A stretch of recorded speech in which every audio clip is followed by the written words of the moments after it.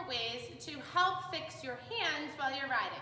A lot of riders find that they either have their hands busy or their trainers are telling them to stop pushing their hands down or wide, or their arms are too straight and stiff, and a myriad of other things. So in this video, we're going to give you 4 different tools on how to fix your arms and your hands and essentially your contact, whether you have a trainer telling you what to do or not. So the number 1 way to help fix your hands is by just simply bridging your reins. So give me your whip, and what we're gonna do, this one is great for if your hands sort of drift wide or low, all right? So it's a really simple thing. A lot of cross-country riders already know how to bridge your reins, but what we are gonna do is just a single bridge. And so what you do is you hold the reins and you just take one extra part, okay? And you grab it with the other hand. So Sophia's hands are gonna look like this. The extra is here, holding there, so that then when she rides, she can't split her hands too much because they're a little bit tied together. Now this is safe because you can just let go if anything happens and you're back to just 2 reins. It's also really adjustable because you can just slide them to whatever way you want. The number 2 way to help fix your hands is if you tend to have hands that either go down, like you're playing a piano, or what I tell my little kids is that they drop their ice cream cones and we don't want to drop our ice cream, or whatever you think, is if you hold your reins in driving hands instead of riding hands, then that turns your entire contact upside down. It also encourages you to turn your elbow crease up towards the sun.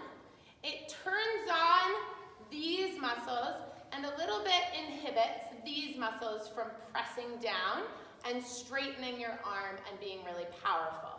So what you'll do is you'll just turn your hand so that your palm is facing up when you hold the reins, and the part that's going from the horse's mouth to your hand goes over your forefinger and you pinch it with your thumb, and then you just bend your elbows and go on riding. This is another really simple thing to do because you can switch them back if you need to. You can also just ride with one like that and one regular riding length, or whatever works for you. A lot of my students, I have them ride with their outside rein as a regular riding rein so that it's nice and sturdy, and their inside rein ends up needing to be a little softer, so I use that as their driving rein. So for our next 2, we need a little bit of help from some tools. So I just have some Theraband here. You can use something that's breakable and flexible and adjustable, okay? So what I end up doing is I cut about 2 feet.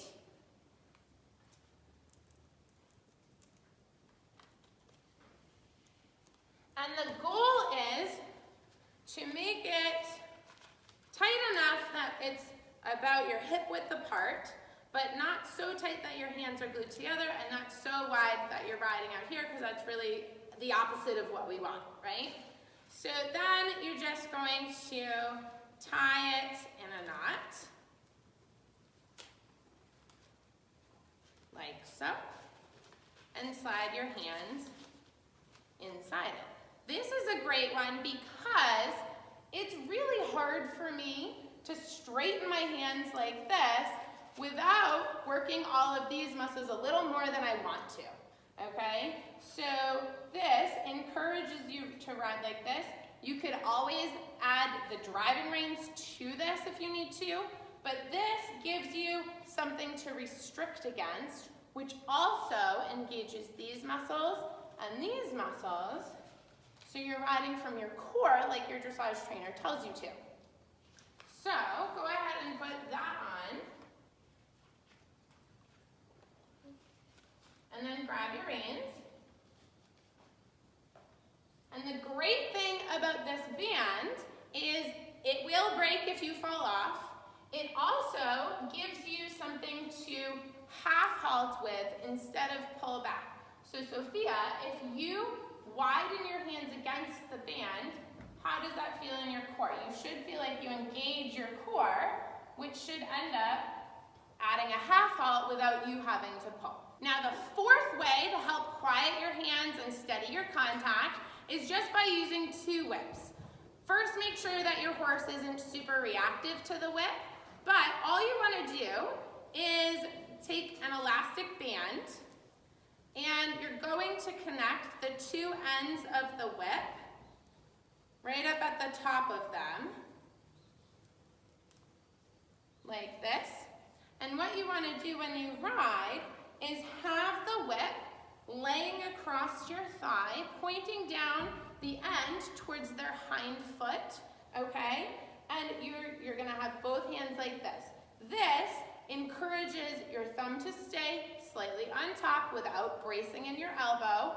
It also gives you a quiet way to stay like this because it's really obvious if all of your whip is moving, especially when you're feeling it on your leg. So go ahead and take those two whips. You want it to be shaped like an A. You can grab your reins.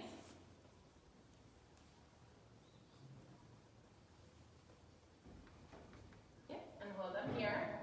Perfect. And you want the end of the whip to be pointing towards their hind feet. So that means that your wrists are really going to be aware of what's happening.